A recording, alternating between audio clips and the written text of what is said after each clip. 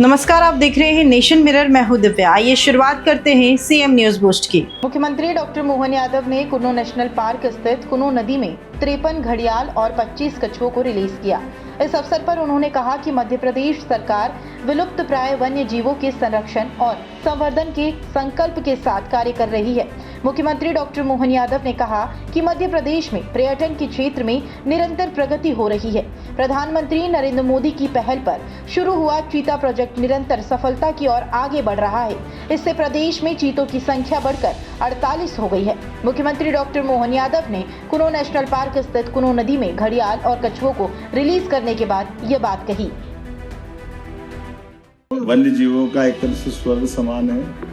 हमारा forest department सरकार के माध्यम से सभी प्रकार के प्रजातियों के संरक्षण के लिए खास करके जलचर घड़ियाल ये पूरे देश में अनोखे हमारे चंबल अंचल में होते हैं। चंबल की सहायक नदी ऊनो में आज हमने 53 घड़ियाल के बच्चे जिनको लगभग 2.5 साल के आसपास हमने अंडों से से करके निकाल करके पर्यावरण की सिस्टम को पुनर्जीवित करने की दृष्टि से बड़ा संकल्प है और इसके कारण से एक नई साइड हमने यहाँ निकाली है। ये पर्यटकों के लिए भी अद्भुत अच्छा अनुभव रहेगा और पर्यावरण के लिए भी उतने महत्व का रहेगा। घड़ियाल, मगरमच्छ ये नदी के जीवन में प्रकृति के साथ अद्भुत तालमेल करते हैं। न केवल नदी की सफाई रखते हैं बल्कि हमारी ये बहुत हजारों साल पुरानी उस डायनासोर जमाने के बचे हुए प्राणियों का अवशेष हो, लेकिन जीवन की निशानी है। हम सब ने इसी के साथ यहाँ एक और 3 धारी के कछुए, ये भी देश भर में बड़े दुर्लभ है, उनको भी हमने पुनर्जीवित करके एक तरह से इस जंगल को आबाद करने के लिए स्वच्छंद वातावरण में स्वच्छ जल में छोड़ने का बड़ा काम किया है।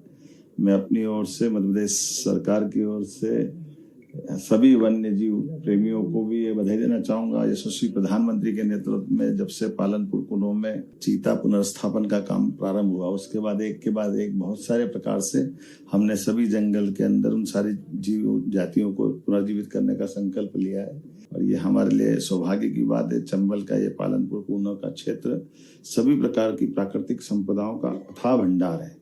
ऐसे में जब यहाँ दूध का उत्पन्न होता है, फल फूल सब्जी और ग्रामीण जन आनंद के साथ रहते हैं, प्राकृतिक वातावरण में सब जीवों का उनके साथ रहना ये पर्यटन की दृष्टि से भी फॉरेस्ट पर्यटन को बढ़ावा देने का भी बड़ा केंद्र बन रहा है।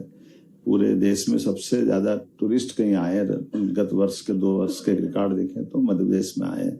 हम इसमें और बढ़ता जाए इसका प्रयास करेंगे। मध्य प्रदेश में विकास की नई दिशा तय करने के लिए विजनरी मुख्यमंत्री डॉक्टर मोहन यादव के कुशल नेतृत्व में राज्य सरकार ने वर्ष 2026 को किसान कल्याण वर्ष के रूप में मनाने का फैसला लिया है। इस पहल का मकसद धरती पुत्र के सर्वांगीण विकास को सुनिश्चित करना और कृषि को सशक्त और आत्मनिर्भर बनाना है। 2 मार्च को मुख्यमंत्री डॉक्टर मोहन यादव जनजातीय अंचल बड़वानी में पहली बार कृषि कैबिनेट करने जा रहे हैं।